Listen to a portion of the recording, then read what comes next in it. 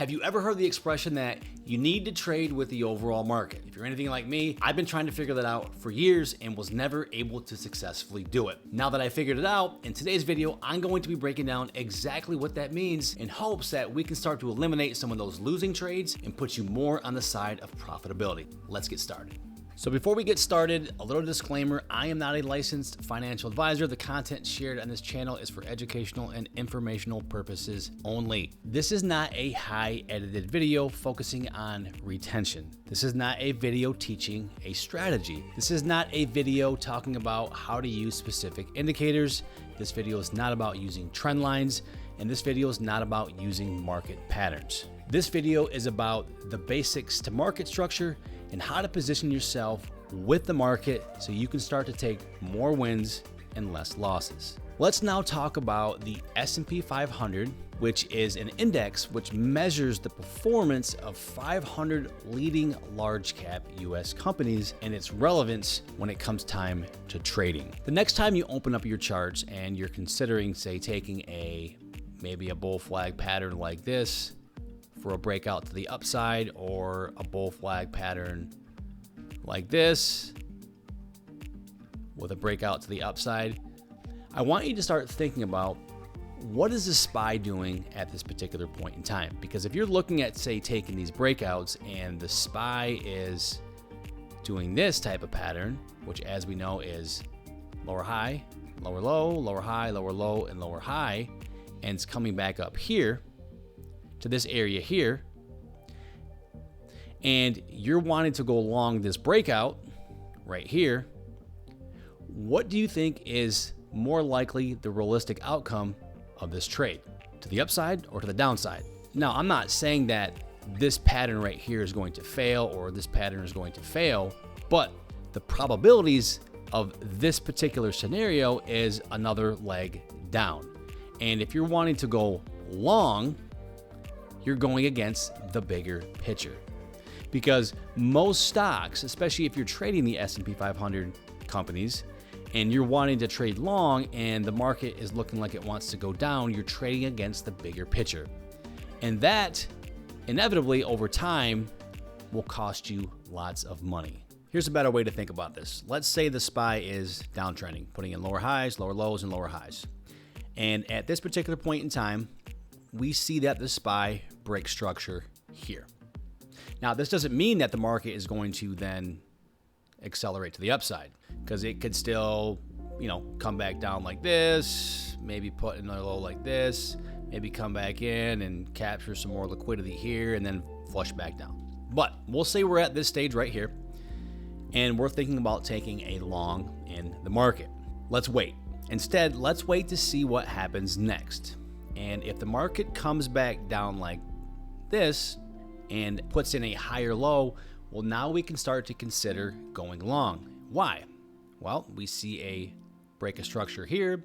We see a higher low here. So now we know that the market is temporarily starting to shift. So what do we want to wait for after this? Ideally, what we want to see is after this, we want to see some type of momentum to the upside, even breaking this structure here, and then leaving an inefficient area somewhere in here that's followed by some type of low body candle like this, maybe like this, followed by this type of move that puts in small wicks with a big body.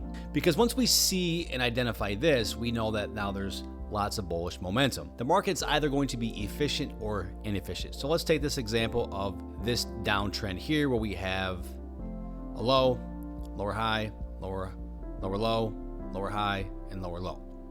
If there's any areas in this area here, or say this area here, that are empty spaces that are not filled by maybe some wicks, some candles like this, maybe some candles like this, you get the picture here, and there's gaps, this is what we call an inefficiency.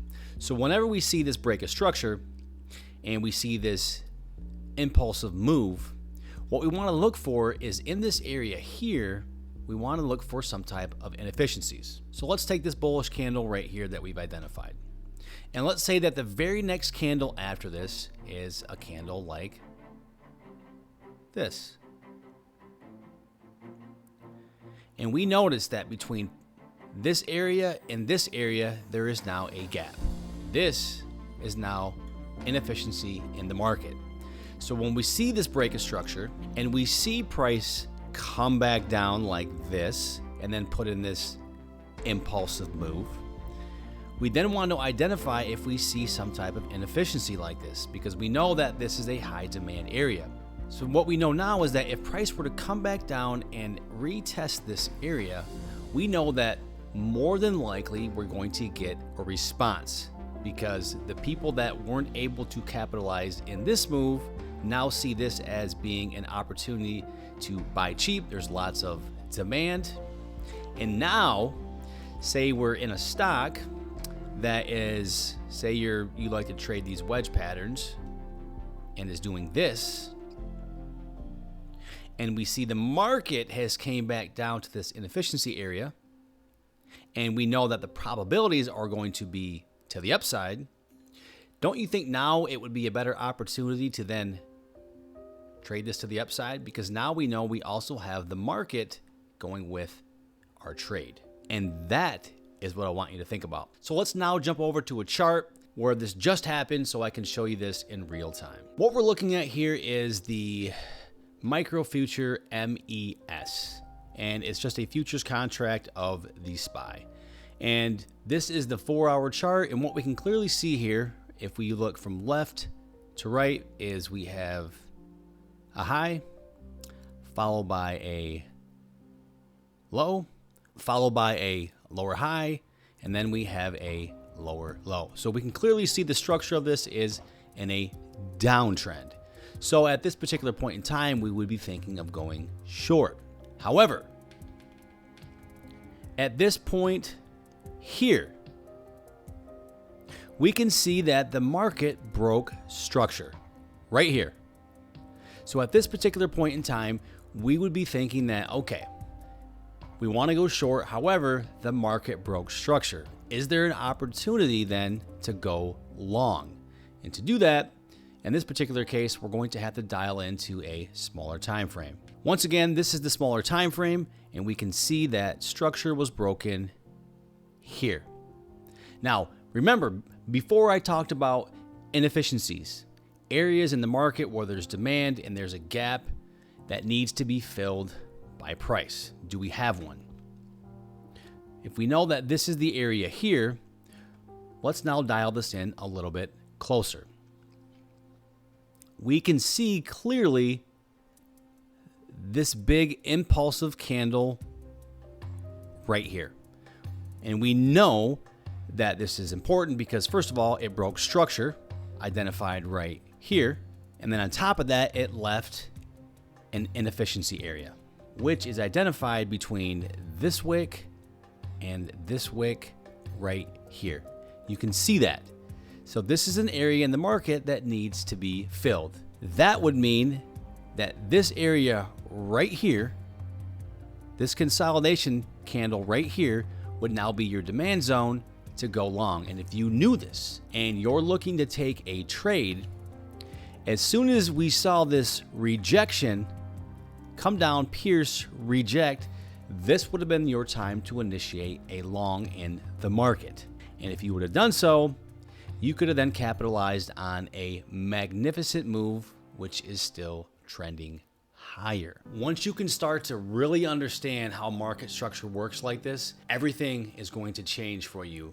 You're going to start to see you're going to take less losers, you're going to take more winners, and things will become a lot more clear. Now, if this didn't make a lot of sense, drop me a comment down below and I'll make some more videos to help explain this more thoroughly. But trust me, if you're losing money consistently because the patterns are not working, it's not that the patterns are not working, you're just not trading it in the right context. And once you start to identify these levels and understand what's going on with the order flow, everything will turn on, light bulbs will go off everywhere, and next thing you know, trading then becomes easy, no longer stressful, and you just let things play out the way that they should, and ride the momentum that the market's going to give you.